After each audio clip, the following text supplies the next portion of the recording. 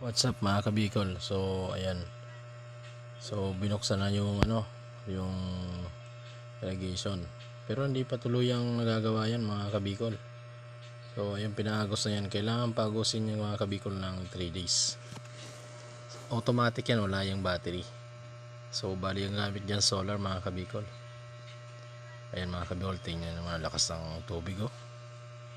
Ayan, so ang anak kong bunso at pati yung panganay ko at asawa ko, ayan nandiyan sila, nainganyo sila.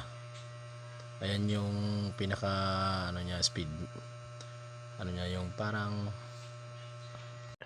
ayan mga kabikol, metro, may metro yan, bali 55 na yung niya, yung nilalabas niyang tubig mga kabikol.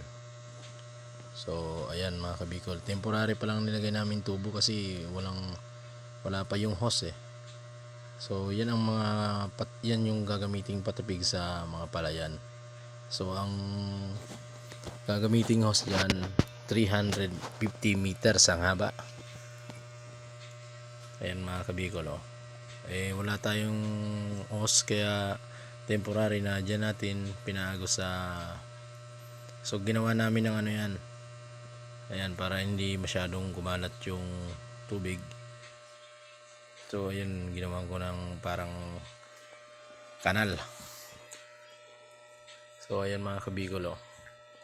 Sa lakas ng yan yung gagawin namin face pan, and na na nga ng tubig nalalagyan na, pero hindi pa yan masyado malalagay ng maraming tubig kasi hindi pa namin napidpidan eh. Ayan mga kabikol oh.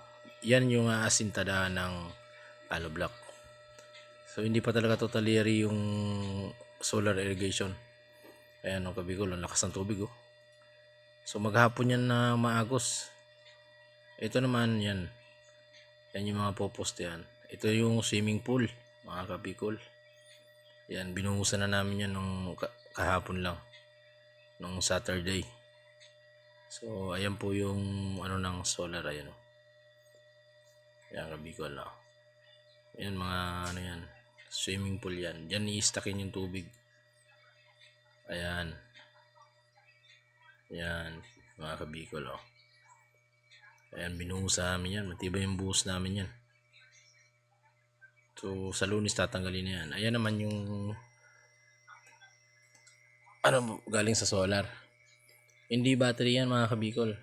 Automatic yan. Pag wala ng araw, mamamatay na yung kuryente. So hindi na agos yung tubig.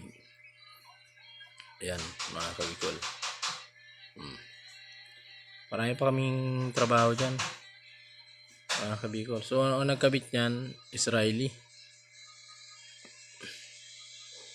Ayan, ang lakas ng kuryente niya mga kabikol. So ayan yung pinagkukuha ng tubig. Itong solar na to, bali 3,000 watts yan.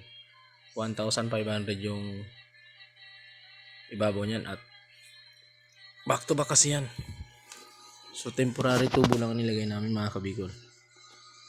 So ayan, enjoy sila oh. Ayan oh.